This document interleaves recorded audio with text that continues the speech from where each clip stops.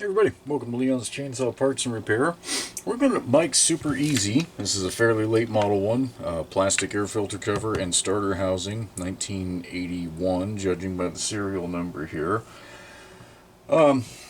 So the description I got with this one from Mike was that it would run good, but it was a real pain in the ass to restart after it had cut, for 15 or 20 minutes. Now, so far I can't even get it to run right, just right out of the box. But I want to document what it's doing, because I have a theory, and if I'm right, I want to have this well documented. So I've tried starting it a couple times, and it'll start, but as soon as I rev it once, it dies.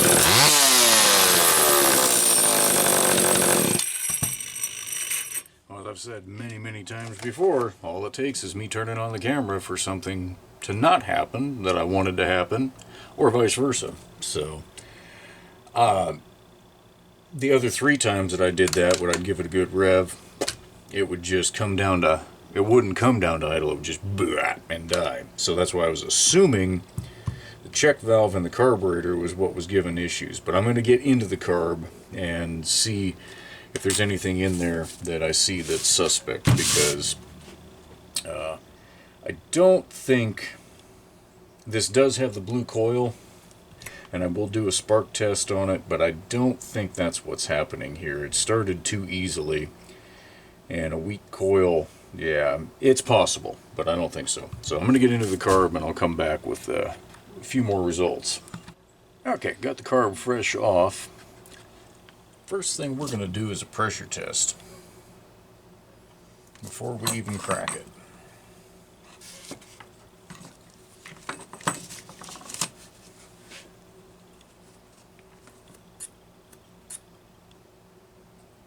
Yeah. She's actually holding pressure pretty well.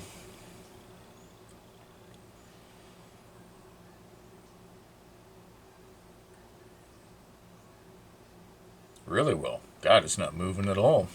That's amazing. Those are the kind of carbs I actually hate to crack into.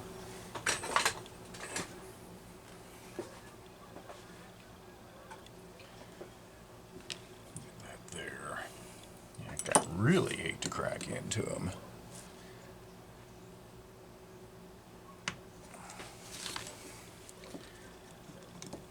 But you gotta figure it out.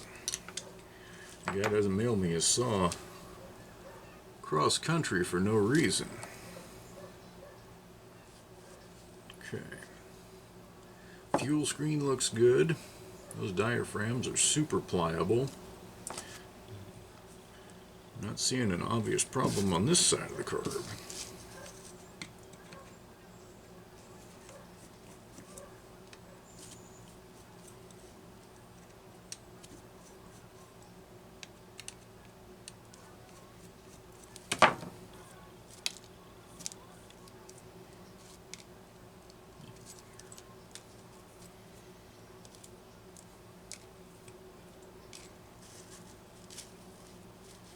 Come on, baby.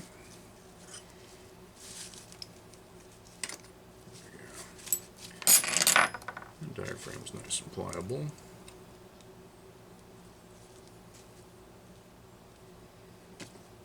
Okay.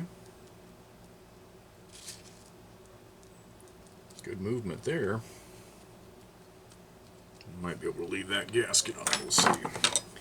Boy, so far, batting a big fat goose egg in terms of seeing anything here that would explain why she'd be hard to start. May have to eat my words about that coil.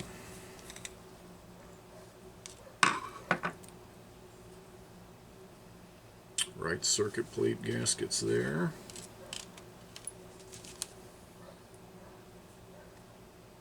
Don't see anything obvious on the needle that's bad.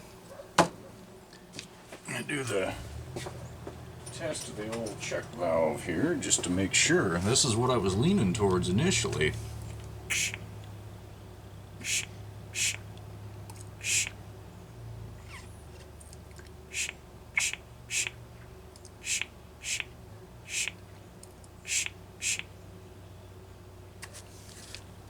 Ever so slight leakage.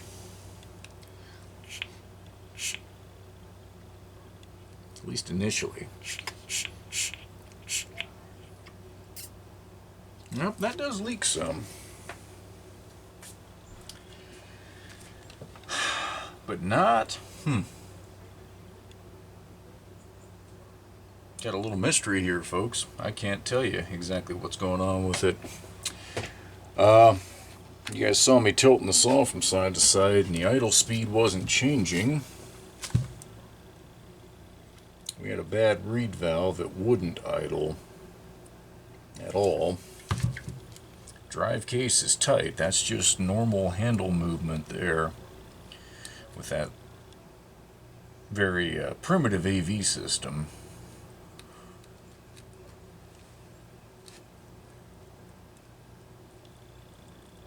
Well, or is it?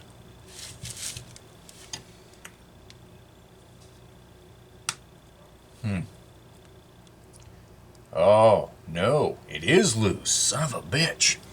Man, it almost escaped me. Yes. These God blessed crankcase screws are loose. And I've got the fuel cap loose so it doesn't belch on me, so what I just did made a bigger mess. I don't know that you'll be able to see it in the video, but there's an ever so slight residue of fuel up in here. Those crankcase screws are loose. Alright, I'm just making a big mess here at the moment. I'm going to pop that screen out in the carb and make sure that check valve doesn't look distorted. If that disc looks even remotely pooey, it's coming out. The leakage is ever so slight, but it's just a little bit there, and since I'm already here, I want to make sure it's good. But we're definitely looking at a slight air leak around the crankcase, and that would make sense why it would warm up and then be an issue. I've got to replace this sprocket rim anyway. When I get to this point of working with it, I'll come back, but I'm going to get this carb put back together so I don't have a mess here. Okay, let's get this clutch off of here. I'm going to see if I can cheat and use my 3/8 rattle gun. Notice how careful I was, because they do like to come apart like this. And it may still come apart on me. Who knows? There we go.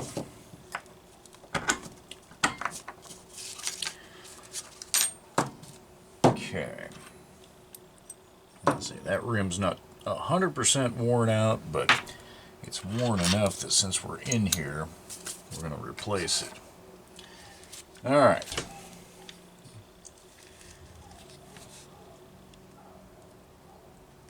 And that movement is so barely perceptible, but it is there. So we're going to find out which ones are loose. Because you've got 3. 1, 2, 3, and actually there's number 4 right there. That's also a strong candidate. Now, I can't... If I was just tightening these down, I could probably sneak a flat blade in there, but we're going to do this right. We're going to take that oil pump off and get it out of the way. And hopefully not create a giant disaster of an oil slick. Now, you've even that wasn't very tight. Wow. I don't know what it was about, especially these later ones. These Super EZs, but they sure like to rattle stuff loose on this side of the engine. Alright. I don't see any signs of crankshaft seal leakage in there, which again, the tip test said there wasn't either. Alright, so let's see. Look at that. See that? We found it. That's what it is. This one, yep, same thing. Oh, look at that one. Loose as you can get. So, let's see if we're 3 for 3. No. Alright. The one that I see the most commonly loose first is actually the one that's good and tight right here. In fact, yep. So, when it gets warm, it's getting warm enough that apparently it's letting it leak right there. So, what do you do about that? Well, you tighten them up, but you don't just tighten them up. I mean, I think you all saw that coming. We're going to clean them up and put a little Loctite on them so that this does not happen again.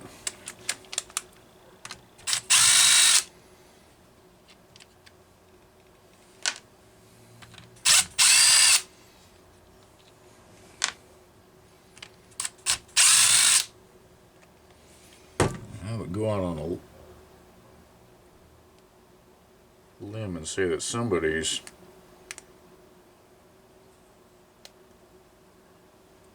had trouble with this before, because I see the residue of something in the threads here. I think somebody tried to Loctite it before.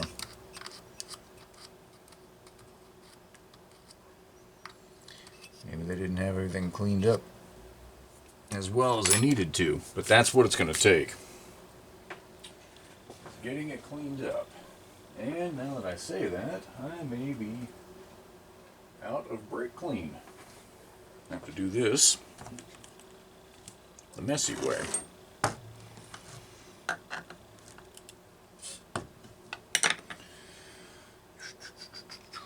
Come on, I don't want to.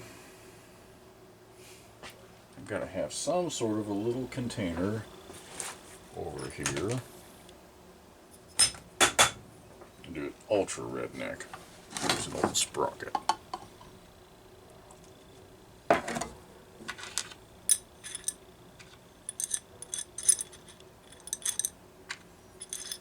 Just want to cut the oil.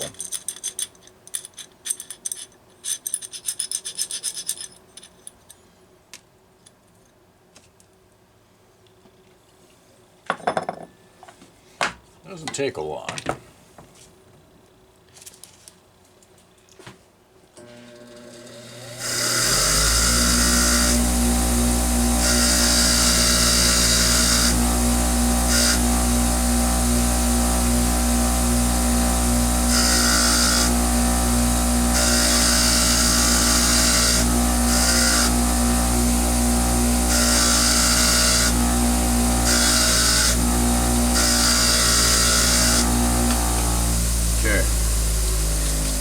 Hit those with an air hose real quick.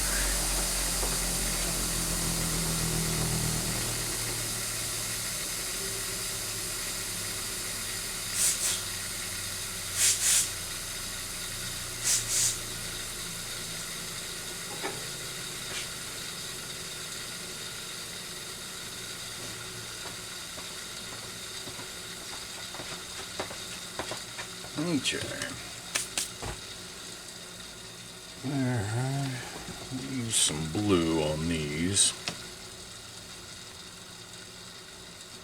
I'm going to use a good dose.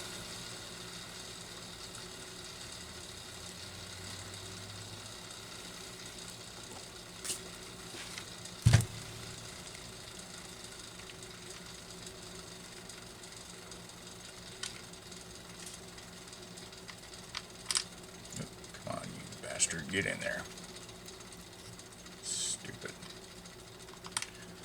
Okay.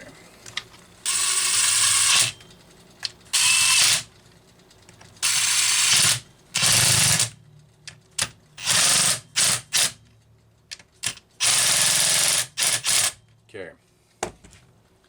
Feel pretty good about that.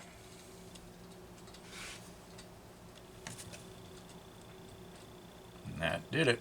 That solidified it. Like I say, that handle movement is normal. It's when you can see the rest of this moving that things have gone sideways.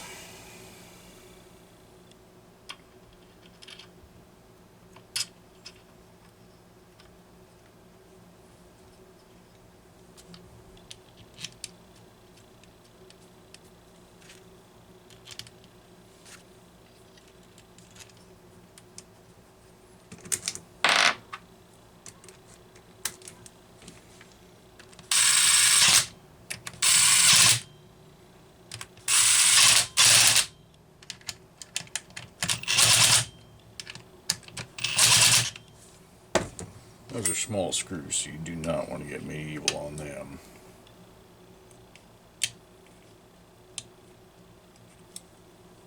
And that hose is a piece of trash. That is, yeah, I gotta replace that. Don't need to do that on camera though. I'll get this all put back together. New rim, grease the bearing, get that hose, and we'll come back for a test run. Alright, she is back together. Let's give it a whirl. See how it sounds.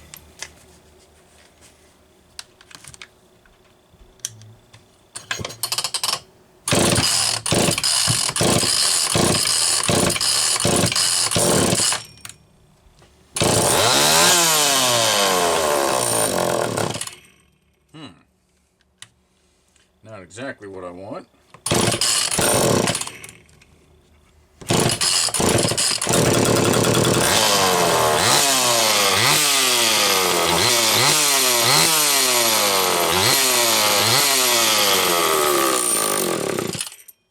Now that's more like what she was doing before. So what is it you want, saw?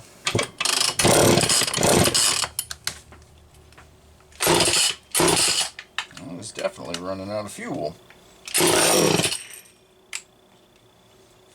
Oh, you son of a gun.